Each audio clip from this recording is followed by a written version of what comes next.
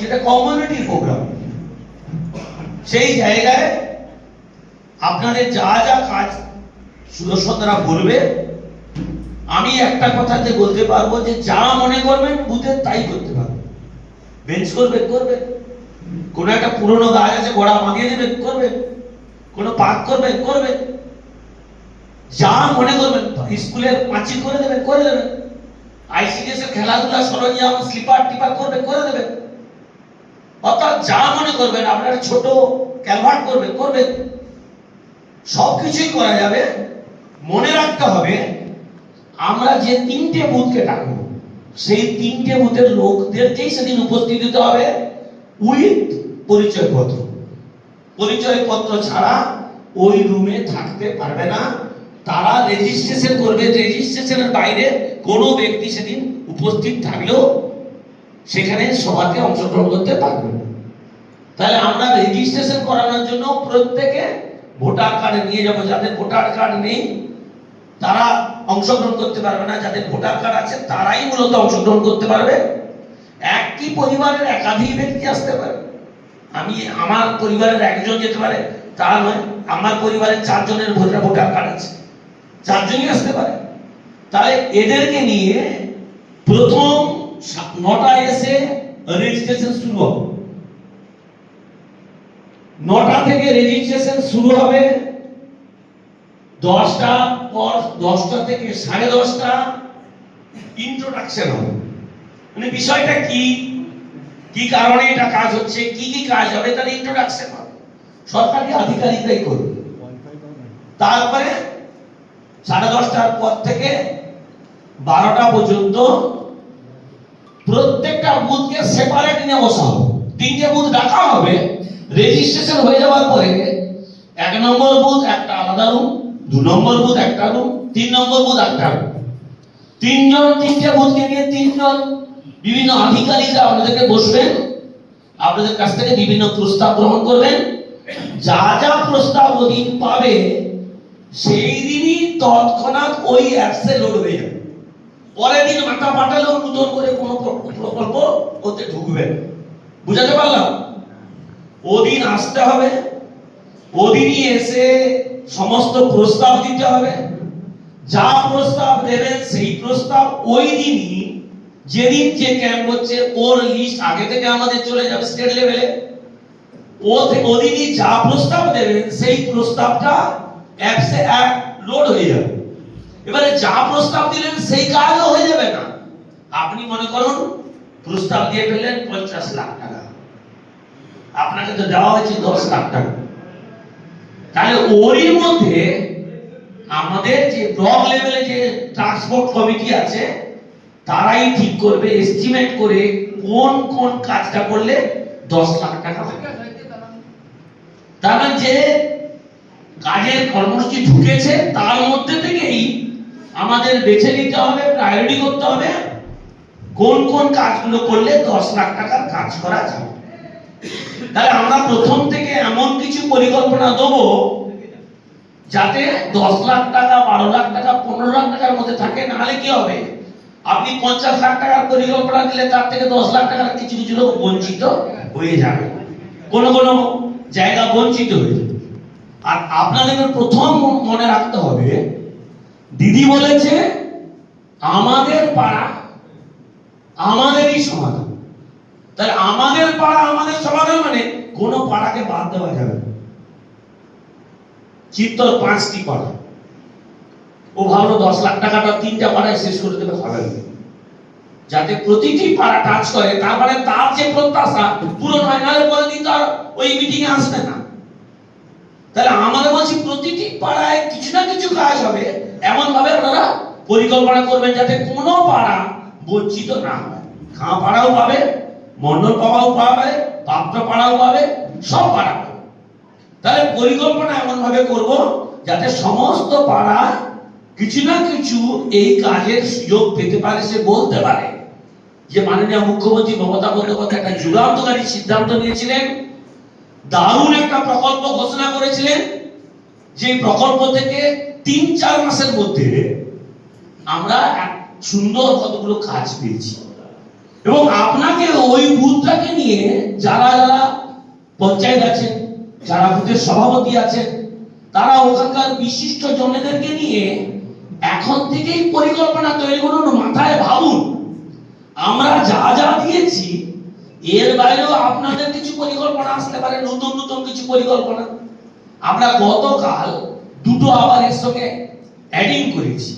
এক, ছোট্ট ছোট্ট রাস্তা আমরা রাজ্য স্তরকে বোঝানোর চেষ্টা করেছি। কিছু বারাম রাস্তা, কিছু ছোট ছোট রাস্তা বড় রাস্তা করে দিয়েছিলাম। ছোট কিছু রাস্তা বাকি আছে, যদি কিছু ছোট রাস্তা করার সুযোগ দেওয়া যায় সেটাকেও এন্ট্রি দিয়েছে, সুযোগ দিয়েছে। এন্ড আদার্স, আদার্স মানে আপনি যা পারেন তা, ওই জন্যই বলেছি এ টু জেড কাজ করা যাবে।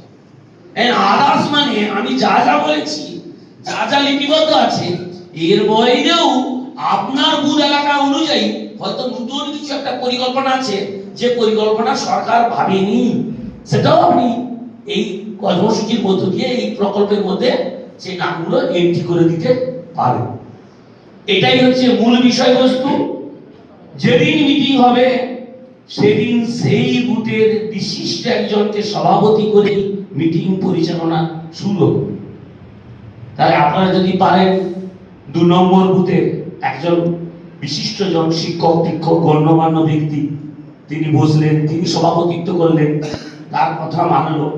তুমি এসছো কেন, বলো তোমার কি খবর, তুমি এসছো কেন, তোমার কি মতামত, তুমি এসছো কেন, তোমার কি মতামত, প্রত্যেকের মতামত লিপিবদ্ধ করা হয়।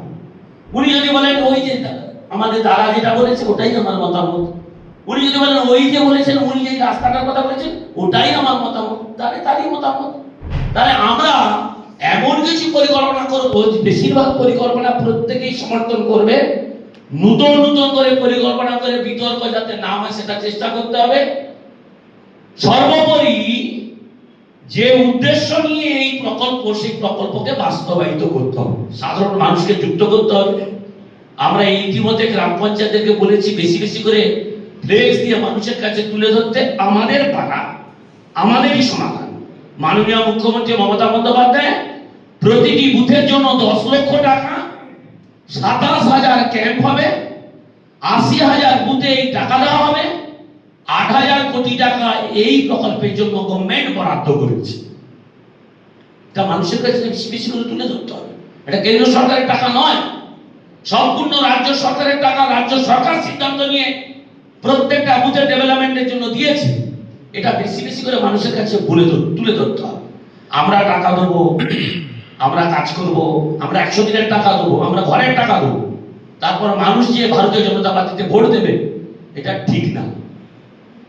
এটা ঠিক না। সরকার সুযোগ দেবে।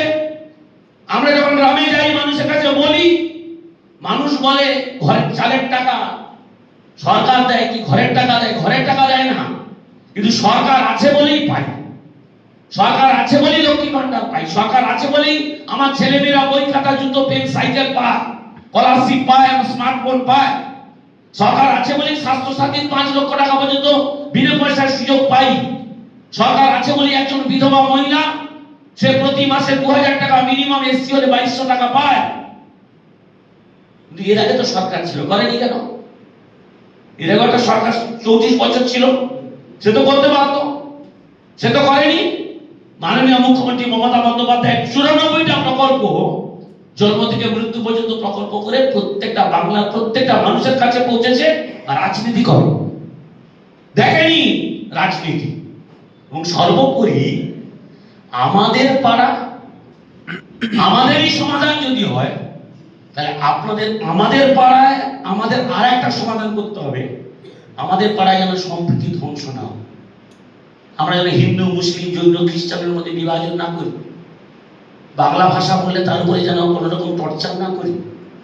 বাংলা ভাষা অপরাধ। রবীন্দ্রনাথকে তাহলে অস্বীকার করতে হয়, বিদ্যাসাগর বর্ণ পরিচয় না হলে আমি কোথায় বলতে পারতাম না, তাহলে বিদ্যাসাগরকে অস্বীকার করতে হয়, রামকৃষ্ণ পরমহংসদেরকে অস্বীকার করতে হয়। তিনি তো মসজিদে ছিলেন, মসজিদ থেকে বেরিয়ে এসে কি বললেন? যত মত তত পথ। তিনি তো সমস্ত ধর্মের কথা উল্লেখ করে গেছেন। তাহলে এখানে আজকে সারা দেশ জুড়ে যেভাবে বাংলা ভাষাভাষী মানুষের জন্য একটা রাজনৈতিক চক্রান্ত হচ্ছে সারা ভারতবর্ষ জুড়ে। আজকে প্রত্যেকটা রাজ্যে, আজকে এখানকারও কালিকাকুণ্ডে অনেক মানুষ গিয়ে বিপদে পড়েছে, কোথাও উড়িষ্যাতে, কোথাও গুজরাটে, কোথাও মহারাষ্ট্রে। তাদেরকে আনতে গিয়ে কাগজপত্র ছুটে দেওয়া হচ্ছে, তারপরও তাদেরকে উৎকোচ দিয়ে তাদেরকে বাড়িতে ফিরে আসতে হয়েছে। দিদি বলে সব চলে এসো, তোমাদেরকে বিনীতভাবে অনুরোধ করছি, তোমরা অন্যান্য রাজ্যে থাকা দরকার নেই, চলে এসো। আমি ডাল ভাত খেলে তোমাদের ডাল ভাত খাওয়ার ব্যবস্থা করে দেবো। আমি একটা রুটি খেলে সেই রুটিকে হাফ ভাগ করে তোমাকেও খাওয়াবো, আমিও খাবো। আমি বাংলার প্রত্যেকটা মানুষ যাতে সুরক্ষিত থাকে তার আপ্রাণ চেষ্টা করবো। কে বলছে না? দিদি বলছে। দিদি একবারও বলেনি যারা তৃণমূল করে তারা ফিরে আসবো। দিদি বলছে বাংলার মানুষ সব ফিরে আসবে।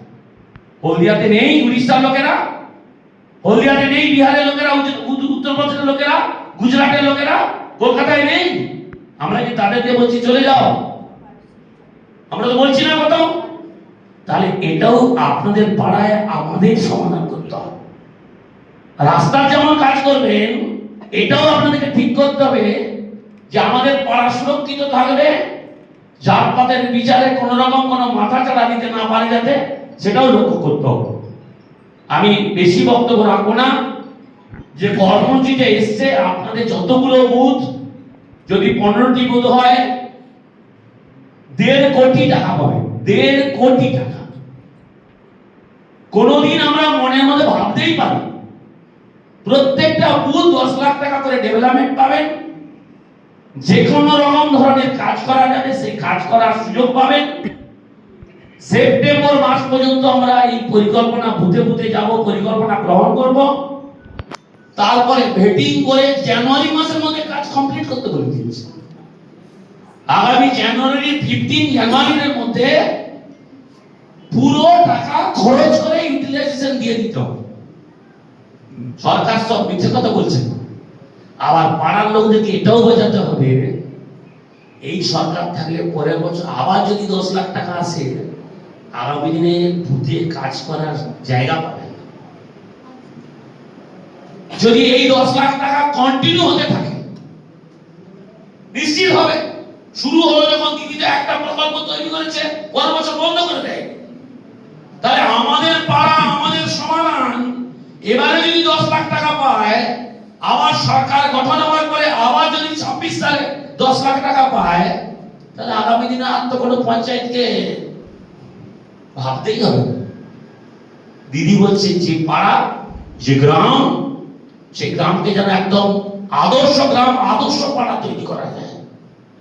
তার রাস্তাঘাট চকচকে চকচকে থাকবে, বন থাকবে না, ক্যালভার্ট থাকবে, নিকাশি ব্যবস্থা উন্নততর হবে, শৌচালয় ব্যবস্থা ঠিকঠাক থাকবে, স্কুল থাকবে ঝকঝকে চকচকে, তাতে লাইটিং থাকবে, পাখা থাকবে, ছেলেমেয়েরা সেই পাখার আলোতে বসবে, আলো থাকবে। সমস্ত বিষয়ে দারুণভাবে প্রত্যেকটা গ্রাম যদি এভাবে সুরক্ষিত হয়, বাংলা ভারতবর্ষকে পথ দেখাবে। ভারতবর্ষের কোন রাজ্যের মুখ্যমন্ত্রী এই ধরনের পরিকল্পনা গ্রহণ করেনি। পরবর্তী সময়ে ভারতবর্ষ স্বীকার করে পৃথিবী বিভিন্ন প্রকল্পকে, মমতা বন্দ্যোপাধ্যায়ের প্রকল্পকে স্যালুট দেয়, তাদের পুরস্কৃত করে। ভারতবর্ষ পরে সেটাকে অন্যভাবে অনুসরণ করার চেষ্টা করে। ল্যান্ডলি বহিন দিদি যখন লক্ষ্মী ভান্ডার দিচ্ছে, তখন বলছে ল্যান্ডলি বহিন বলে। তারপর কেউ বললো আমরা লোকসভার সময় দেখলাম, বলে কি অন্নপূর্ণা ভান্ডার না কি ভান্ডার দেবে, আর সেটা দেখা যায়নি। অর্থাৎ ভারতীয় জনতা পার্টি যা বলে মিথ্যে কথা বলে, ধোঁকা কথা দেয়। আমাদের 100 দিনের টাকা দেয়নি, ঘরের টাকা দেয়নি, রাস্তার টাকা দেয়নি। তারপরেও দিদি কিভাবে বাংলার এত কোটি মানুষের স্বার্থে কাজ করছে, যারা চালায় তারা না সারা কেউ বিশ্বাস করতে পারবে। আমরাও নিজে এই সরকারের সঙ্গে আছি, নিজে বিধায়ক হিসাবে বিশ্বাস করতে পারি না দিদি কেমন করে এই সংসারটা চালাচ্ছে।